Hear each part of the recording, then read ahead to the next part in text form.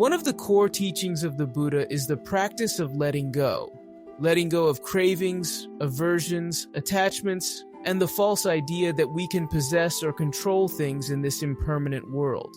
As the Buddha taught, our suffering arises from our inability to accept the constantly changing nature of reality and our desperate attempts to cling to things that are impermanent. The 13th century Zen master Dogen wrote, "To carry yourself forward and experience myriad things is delusion. That myriad things come forth and experience themselves is awakening.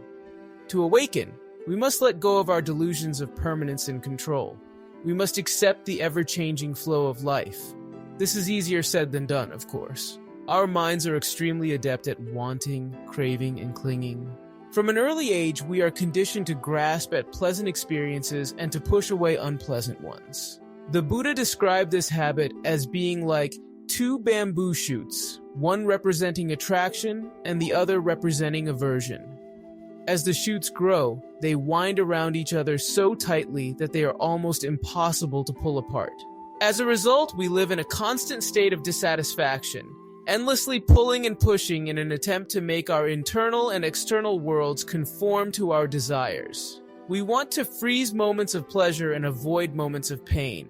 The more tightly we cling, the more we suffer. The Indian poet Rabindranath Tagore expressed this truth. "The flower which is single need not envy the thorns that are numerous." Our attachments and cravings are like thorns, causing us to suffer even as we grasp at the beautiful flower of life. The path to freedom taught by the Buddha is to recognize this pattern of grasping and clinging, and to gently let go. This does not mean resigning ourselves to misery or indifference. Rather, it is about opening ourselves to the perfection of each transient moment without the burden of expectations, fears, and demands. The American Buddhist teacher put it this way: "To let go is to open the hand towards the difficult, to release and heal our attachments and fears." How then do we cultivate this ability to let go? The Buddha taught several practical methods. Mindfulness. The first step is to shine the light of mindfulness on our habits of clinging, craving, and aversion. As you go about your day, notice the ways your mind gets hooked on pleasant experiences or pushes away unpleasant ones. Observe the thoughts and emotions that arise when you encounter something you want or don't want. Without judging or trying to change anything, simply acknowledge, "There is craving," or "There is aversion." This mindfulness, consistently applied, begins to loosen the bamboo shoots of attachment. Impermanence. Next, reflect deeply on the truth of impermanence, a core tenet of Buddhist philosophy. Nothing lasts. Every precious moment, every state of being, everything you think you possess, all are arising and passing away in a constant dance of flux. Contemplate the ending of each breath, the withering of spring blossoms, the decay of the physical body itself. This is not meant to be a morbid exercise, but a liberating one. Meditating on impermanence weakens our tenacious drive to grasp at the ungraspable. We start to let go of our delusions of permanence.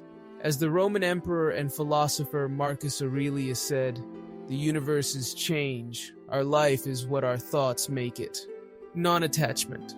Having seen clearly the impermanent nature of all things, we can then practice non-attachment or non-clinging. This does not mean being indifferent or aloof. It is about relating to each experience, person, and thing with an open hand rather than a clenched fist. When we're attached to something that is impermanent, it causes us suffering. As someone who practices non-attachment, when the other person changes, we don't suffer. We can love fully, but without clinging. So be engaged, be present, be loving, but remain unattached. Meet each arising moment with openness and equanimity, without demanding that it fulfill your preferences. As the old saying goes, "Blessed is he who expects nothing, for he shall never be disappointed." Loving kindness. Finally, the Buddha encouraged generating feelings of loving kindness and goodwill for ourselves and all beings. When we approach life with an attitude of kindness rather than craving, gentleness rather than force, acceptance rather than resistance, the habit of letting go becomes much easier. The Buddhist teacher Sharon Salzberg wrote, "Letting go gives us freedom, and freedom is the only condition for happiness. If in our heart we still cling to anything, anger, anxiety, or possessions, we cannot be free." Loving kindness directly counteracts the habitual grasping and clinging that causes us suffering. As you go about your day, silently offer this wish to yourself and others. May you be peaceful. May you be liberated from attachment and aversion. May you dwell in the freedom of letting go.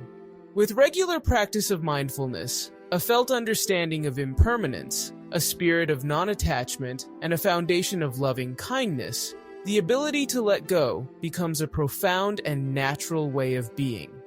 It is, as the Buddha pointed out, the source of our peace, contentment, and happiness in this fleeting world. The 19th century poet Walt Whitman perhaps said it best, that you are here, that life exists an identity, that the powerful play goes on, and you may contribute a verse. We are fortunate witnesses to the unfolding, impermanent play of life. Rather than clinging to an imagined script or outcome, we can let go and delight in improvising our verse with wisdom, compassion, and spontaneity. So let go of expectations, let go of resentments, let go of attachments to pleasure and aversions to pain. Meet each moment as it arises, fresh and undetermined. Then act with kind intention, dance with circumstances as they unfold, and trust in the natural unfolding of this great adventure we call